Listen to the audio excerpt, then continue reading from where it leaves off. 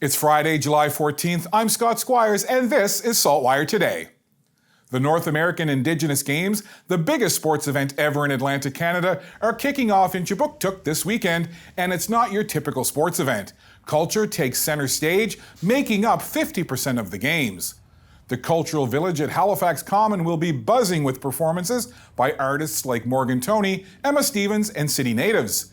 They'll also have demos of traditional practices like beadwork and drum making, as well as a cultural festival at the Halifax waterfront featuring Indigenous art and performances, along with activities at Dartmouth Crossing. It's a chance for everyone to learn and celebrate Indigenous culture like never before. Our hope for the community and all of the communities that we're in is that people come out to experience this, because it is unique. It's never been hosted on the east coast of Canada before, meaning May. And it's the biggest event this province and city has ever hosted. So there will be a little bit of something for everyone, and we really want people to come out and experience it. SaltWire's Jen Taplin has much more on the games at saltwire.com. Staying with the games, Cameron Dolliver is on location at Halifax Commons. Cam, what's the vibe there with the games less than 24 hours away? Well, Scott, I'm seeing plenty of volunteers setting up some of the last preparations for tomorrow's games. And there's also lots of members of the public just walking around, having a look at the signs, checking out the grounds, and seeing where everything's going to be taking place tomorrow. And what are a couple of things that you took away from the technical briefing earlier today? A big focus in the briefing today was what parts of the games can be recorded and what parts can't. As a general rule, it's always better to ask beforehand, especially if you're recording any types of cultural practices like smudging, as there can be some sensitivities around those types of things. Thanks, Cam. If summer has you thinking about what local products to buy this season, SaltWire foodie Mark DeWolf chats with Sean Gallagher, co-owner and founder of Local Source Markets, for his thoughts. And so now we're thinking about eating, and a big thing for you is eating seasonally, right? So Yep. what's in season now? We've had a little bit of a rough last few weeks, month, and how strawberry season, of course. But how are they coming along? Yeah, so this year is super weird. I mean, there was that cold snap after a really mild winter that knocked out a ton of fruit, and stone fruit especially. So we're probably not going to have any peaches this year. It even hit Georgia. That's how far this little polar vortex dipped.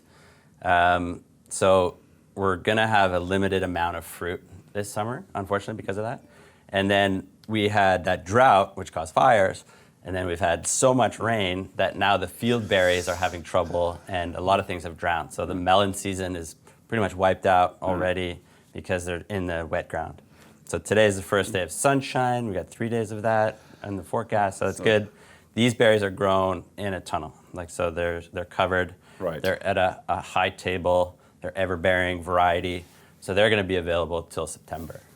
Okay, but probably we should be buying our strawberries now because it is going to be limited It's going to supply. be a tiny season, like it's this week or bust, pretty much. And for if those you have berries. to pay a little bit more this year because of it, so be it. Yeah, I mean, it's a bummer for the farmers, right? Because they're reliant on these crops, and if they have crop failures, they're kind of buggered for the year, right? So, yeah. For more recipes, food and drink tips, and spotlights on local businesses, visit the Lifestyles Food and Drink section at saltwire.com, and you can check out Mark's full video at saltwire.com and the SaltWire YouTube channel. We take you from one strawberry field to another. SaltWire's Brendan Creamer speaks with a professor with the Plant Sciences Department at Dalhousie University's agricultural campus about some of the challenges strawberry growers face. Strawberries may be tasty, but they can be a pain to grow. From nuisance deer and birds to pests and diseases, there are many ways that growing the summertime favorite can go wrong. One of those issues will take a lot more than some simple trick to solve. That issue is climate change. Freezing nights and hotter days can be stressful on strawberries, and it can also worsen existing issues. Lord Abbey, an associate professor at Dalhousie University's agricultural campus in Bible Hill, spoke about how temperature can play a part in the success of strawberries. Strawberries have their genetic makeup, and their genetic makeup responds to certain conditions.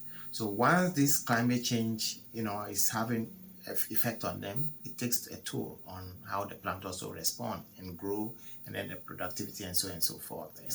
Climate change is also affecting the temperature, during the growing season, and drought and everything. Sometimes we even have flooding. These impose a stress on the plants. So sometimes you go out there and then you see small fruits instead of big plant-based fruit that everyone expects. While these issues are large in scale, there are ways to combat some of these risks, though some may still need more research. In the field, what can you do? Are you going to erect maybe some kind of cover on the plants? If you know the forecast that is going to get frosted, maybe you cover the plants, maybe that's what we can do. I think research is needed in this area as well, right? Research to develop something like biostimulants. There are, something like biostimulants, and my research is looking at some of these things. Developing some kind of biostimulant that would help the plant to at least tolerate some of these stress and conditions like, frost. But some of the frosts are so intense that whatever you do to it still have effect on the plants. Abby stressed that the only surefire way to prevent these effects from worsening is for us all to do our part to address climate change. Then, perhaps, we can enjoy our strawberries without so many of the challenges. This is Brendan Creamer with SaltWire. Let's head out to Enfield to check in with our weather specialist, Allister Aalders. Allister? Another beautiful summer day out here, Scott. Happy Friday to you. There was lots of sunshine. It was warm. Humidity still too high for me personally. And in the short-term forecast, unfortunately, that won't be changing. What will be changing? Some shower chances returning to the forecast. This evening it will become cloudy and we'll have fog patches developing with the temperature near 22 degrees. 18 on Saturday morning with cloudy skies, fog patches, and of course with that fog a chance of drizzle. Now into the afternoon, cloudy skies and a chance of showers. The sun might try to peek out, but overall the clouds are going to dominate, unfortunately, tomorrow. Our high will be 24, feeling like 30 when you factor in the humidity. If we do get a few more persistent sunny breaks, we could see the temperatures pop up a bit warmer inland. And then for Sunday, we're looking at much the same with cloudy skies, morning fog patches, and a chance of showers. The sun might peek out, but overall it's going to be a mainly cloudy day with a high of 25 degrees. So thankfully not a washout if you do have any outdoor plans this weekend, but I know especially with it being, the middle of summer, we would like to see more sunshine, especially on the weekend.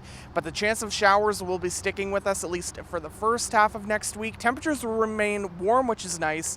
In terms of the humidity, it'll be sticking around, perhaps signs of temporary relief later next week. Have a great weekend. Scott. Thanks, Allister. That's all for now. For more video, audio, and articles, stay tuned to saltwire.com, and you can find us on socials. I'm Scott Squires. Thanks for spending some time with SaltWire today. Have a great weekend, and we'll see you back here Monday.